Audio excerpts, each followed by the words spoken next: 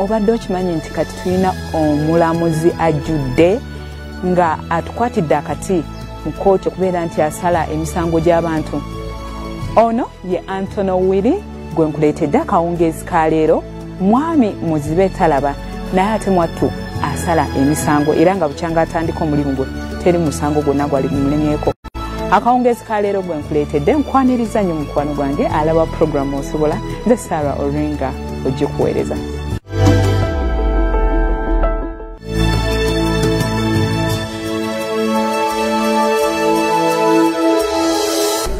Willy musajja mufumbo era nga alina ezzadde ly'abaana 3.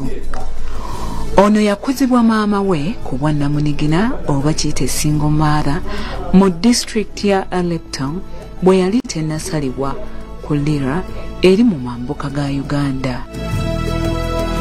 Kyokuba nti Antono yazaalibwa muzibe tekyamulobera kwekkiririzaamu era n'asoma nga abaana abalala. Okwewaayo okwekkiririzaamu n'okwekwasa Mukama Katonda bimuwadde embavu okutuuka ku bintu bingi nga n'ejjo ly'abalamu Antono yafuna omulimu omusavu okuva mu gavumenti ya Uganda n'ekitongole kya Judicial Service Commission ekyaweebwa olukusa okuwa emirimu bannamateeka awamu n'okukwasisa empisa zaabwe. Bwe nawayizaamu naye mu kooti ye Mengo gy'akakkalabizza emirimu gye, emboozi yaffe yabadde mu Lungereza olw'olulimi lwe olutakwatagana na Luganda. By tribe, and so you will forgive me for not using Luganda. Munansonyiwa obutakozesa Luganda. Mpangadde n'embeera eno, nsomedde mu mbeera eno era mwenkoledde. Okusinziira ku kitongole ky'ebyobulamu wano mu Uganda, omuwendo gw'abantu abalina obukosefu ku maaso gulinnya buli olukya, ekintu ekyeraliikiriza minisitule eno. Abantu obukadde 2 n'obutundutundu 5 be balina obukosefu ku maaso, nga ku bano 15,000 bo tebalabirako yadde ddala.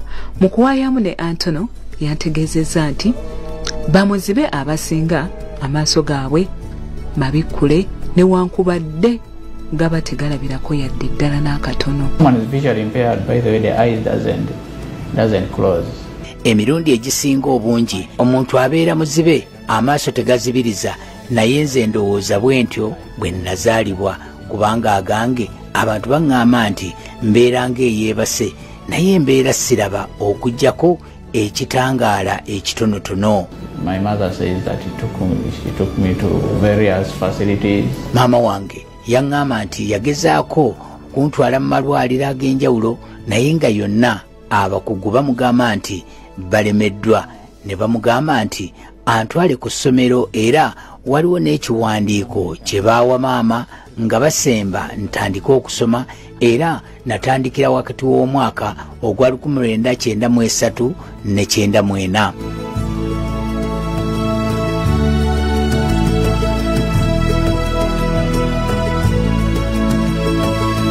Okusoma tekubadde kwangu kubanga obuyambi bw'obufuna si bwe bumu n'obw'abaana abalala abalamu, naye ekirungi maama wange teyapondooka. Yafuba okulaba nga ntwala ku ssomero ery'ekisulo, alondoola byenkola, anjoleza engoye okusobola okulaba nga mbeera smart. Wabula ku ludda lw'ebyetaagisa maama teyalina busobozi bulungi era okugeza empapula ze tweyambisa nga bamuzibe tezaaliwo, ne ku yunivasite nga nkomekkereza ntetenkanyizza n'empapula eza bulijjo. Bwe nayongedde okubuuza Antono engeri gye yasomangamu mu kibiina ate nga talaba, yanzizeemu bw'ati.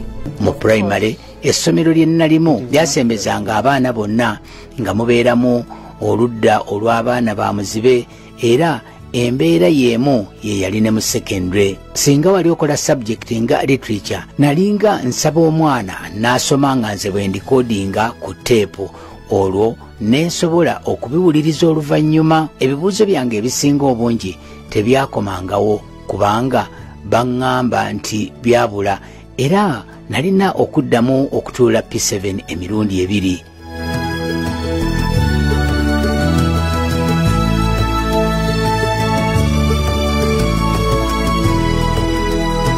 Okwewala embeera eyo, ebigezo byange okuddamu okubula mu siniya ey'okuna ne siniya ey'omukaaga mu kifo eky'okukozesa ekyuma ekikozesebwa bamuzibe, nalina okukozesa typewriter, wabula mu siniya ey'omukaaga nzijukira nali mu kibuuzo nga nkozesa typewriter eyali akuuma ebibuuzo kwe kujja wendi nambuuza ebintu we byali bitambula, nange ne muddamu tibitambula bulungi. Kyokka yaŋŋamba nti empapula nga zaali nkalu nga tekuli waakagwe ntaddeko, era bwe yansaba nziremu okuwandiika nga nkozesa typewriter we twakitegeerera nti yali nfu nga tekola.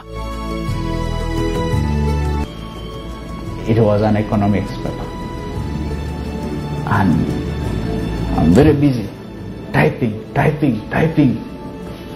Then 1 hour into the exam time, the invigilator passes around and asks,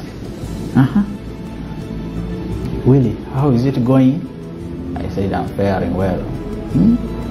So I think he had seen me just plain papers on my table. And he said, where are the things you have worked on? I said, they are here. And, but I only see empty papers. And are you sure? I said, okay. If I type and I see, only to discover that the typewriter, all along the typewriter had not been working. Okusoomozebwa abayizi abaliko obulemu kwe bayitamu naddala nga bali mu misomo gyabwe awamu ne mu bibuuzo byabwe ebyakamalirizo kubeera ddala kunene. Era wano we tusabira ekitongole ekikwasaganya ebyenjigiriza Ministry of Education and Sports okwanguyirizaako ddala ebbago oba etteeka ku byenjigiriza y'abaana abaliko obulemu awamu okusomera ne bannaabwe abalala. Mu luzungu kye twandibadde tuyita inclusive education policy. Singa ministry eba eyanguya okwaprovinga oba okussaako ekinkumu ku bbago lino, kijja kuba kisobozesa abaana abaliko obulemu okusobola okubeera nga bayita bulungi ate era n'obutakosebwa oba n'obutafuna nnyo okusoomozebwa nga bali mu misomo gyabwe. Katugende mu katundu kaffe ak'okubiri, tovaawo nkomawo.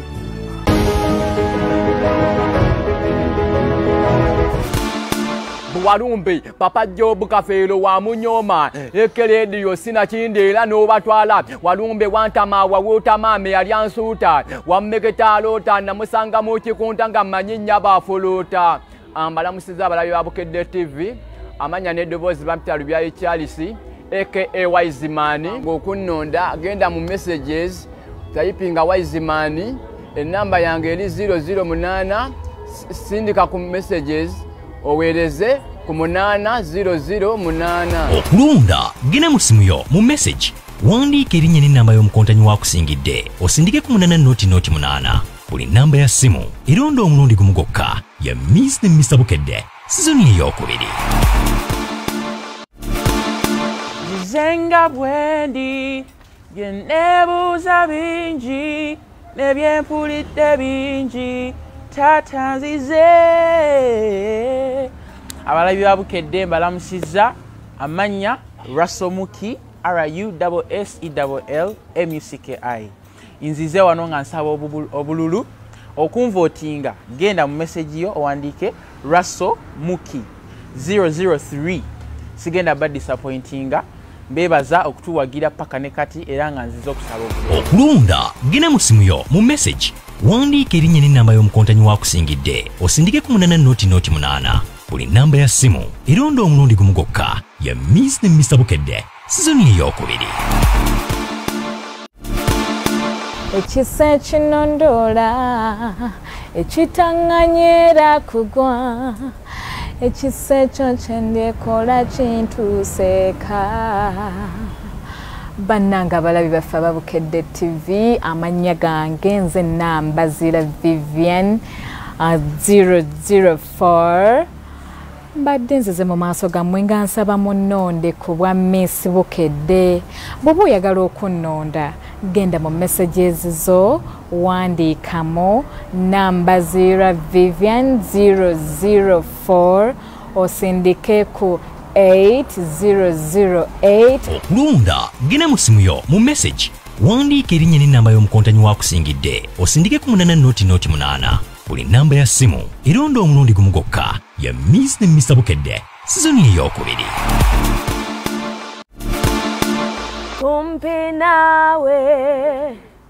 Kumpi nawe Yesu, kumpi nawe. Balamusizaako nnyo abalabi ba Bukedde TV, amanya n'eddoboozi nze Nimide Esther namba 0.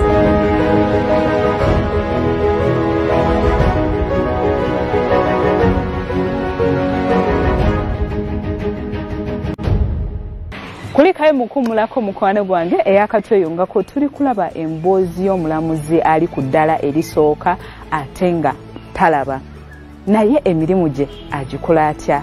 Tugenda kweyongerayo n'emboozi yaffe naye njagala okubategeeza nti waliwo etteeka gavumenti lyateekawo nti abaana abaliko obulemu bwe babanga bakola ebibuuzo byabwe ebyakamalirizo balina obudde obwo bwe babawa obusukkako ku bw'abannaabwe bano abalala abataliiko bulemu.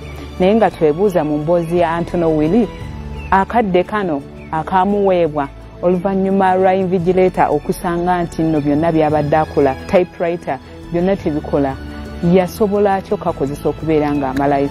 Katweyongereyo n'emboozi yaffe.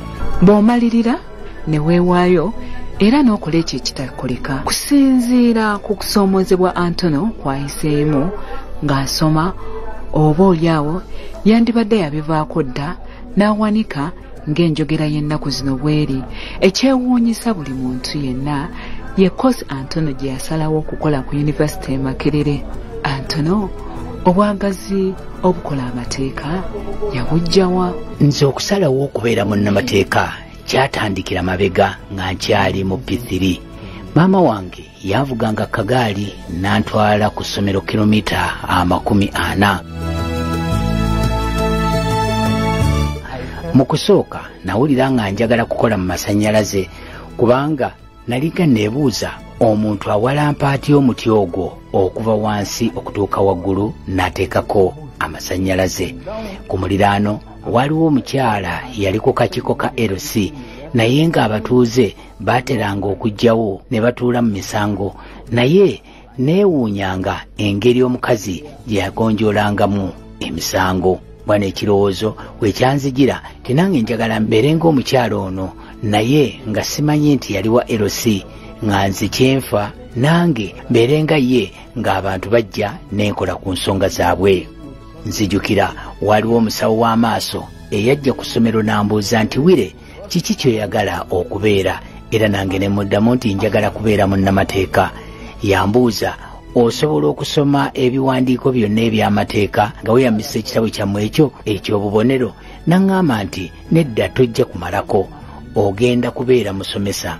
Nagaana ne mugamba nti nze njagala kubeera munnamateeka.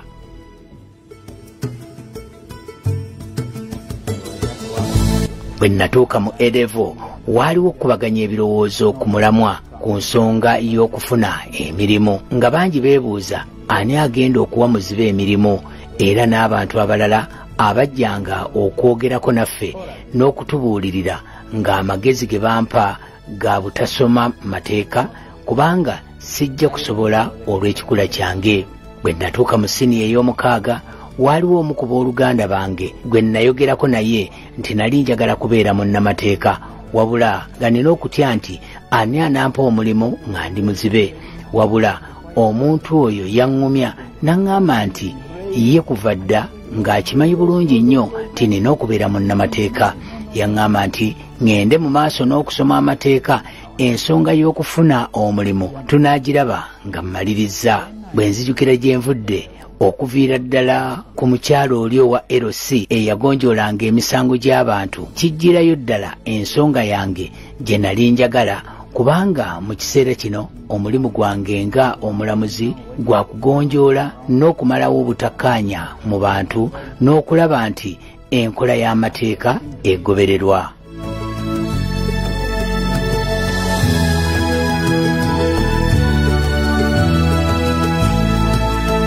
Ekirala ekyewuunyisa y'engeri gye yejjulizaamu application okusobola okufuna omulimu. Abaffe Antono yamanya atya okulangibwa kw'omulimu guno? I joined the law firm. I didn't join the law firm immediately. Saasooka kwegattirawo ku kampuni y'abannamateeka, naye nasooka kuweereza nteekateeka za LDC ez'okusomesa abantu ebikwata ku mateeka. Nakolako ne NUDIP, era pulojekiti eya NUDIP bwe yaggwako ne neegatta ku kampuni y'abannamateeka.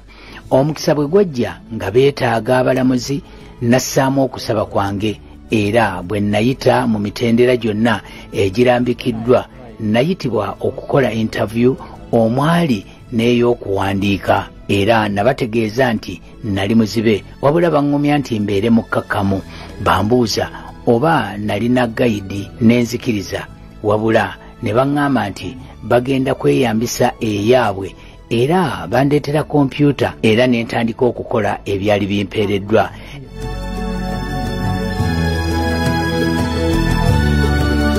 Don't worry, we are going to... They made arrangements. Ebyava mu interview byagenda okukomawo, nali nfunye obubonero 82 ku 100, era ndowooza n'abaali bankozesa interview banneewuunya nnyo, wabula nabalabula nti singa olukalala lufulumizibwa nga siriiko ŋŋenda kuddukira mu kooti neekubira enduulu. Ekyanjogeza ekyo kubanga nali ngezezzaako enfunda eziwera nga nsaba era n'enkola interview eza buli kika, naye nga siteekebwa ku lukalala. Ekyandeeteranga okwebuuza obuzibu bwe bwali buva. Natuuka n'okwebuuza oba ekikula kyange eky'okubeera muzibe kyekyannemesanga, wabula ku mulundi guno nayitamu era ne neeyongerayo ku mutendera oguddako. When the results came, the one you do and your results come back instantly. You know that one? Yes. So you scored how much? I scored 82. Olwakadde mukwano gwange nzikiriza mbeere nga nkusiibula, naye nga sinnakusiibula nzikiriza ate emboozi yaffe ngiwumbewumbe ku ebyo by'otasobodde kubeera nga owulira mu mboozi ya Antono Were. Omulamuzi ono bukyanga afuna omulimu kati giweze emyaka 2 n'emyezi egigwamu ng'akola omulimu guno ku ddaala erisooka, era nga yakasala emisango egisukka mu 100, naye ku misango gino talina musango gwonna gwali gumulemeddwa. Ekyokubiri nti omwami ono bw'aba asala emisango gye mu kooti ayina kompyuta ye gy'akozesa nga eyina software gye tuyita talkback jaws. Software ono ayambako okubeera nga asoma oba afuna eddoboozi mu kompyuta lye erimusomera ebigambo byo by'abawandiisa okubeera nga asala oba omusango gwe. Yes, kwaba abantu ababeera aba clients be babeera ayina mu kooti. Kati bw'ateeka earphones mu matuuge, eddoboozi eryo limuweereza by'abawandiise n'abeera nga akusalira omusango nga we gulina okubeera nga gukolebwa. Naye nga ekimusobosezza okutuuka ku ddala lino lyaliko n'obuwanguzi buno bwaliko n'ebyo byonna byatuuseeko bye tutabamenyedde, kwe kubeera nti omwami ono okuva ddala ng'ali mu buto bwe ng'asoma yonna gy'ayise alaze obumalirivu, obuvumu, okwewaayo n'okwekkiririzamu okusobola okutuuka ku ddaala lino gwe ly'omwesimisa essaawa za kaakano. Njagala nnyo okwebaza okulaba programu Osobola. Njagala ate nate tuddemu tusisinkane ku lw'omukago olujja ku ssaawa 1:30 zennyini, ate olwo nga nkuleetera Timex omukugu mu byendiisa. Tusisinkane olw'omukago olujja ku ssaawa 1:30 togisubwa. Mbadde Sarah Oringa wamu ne bannange bonna benkola nabo. Twagala okubaagaliza akawungeezi akalungi. Happy weekend.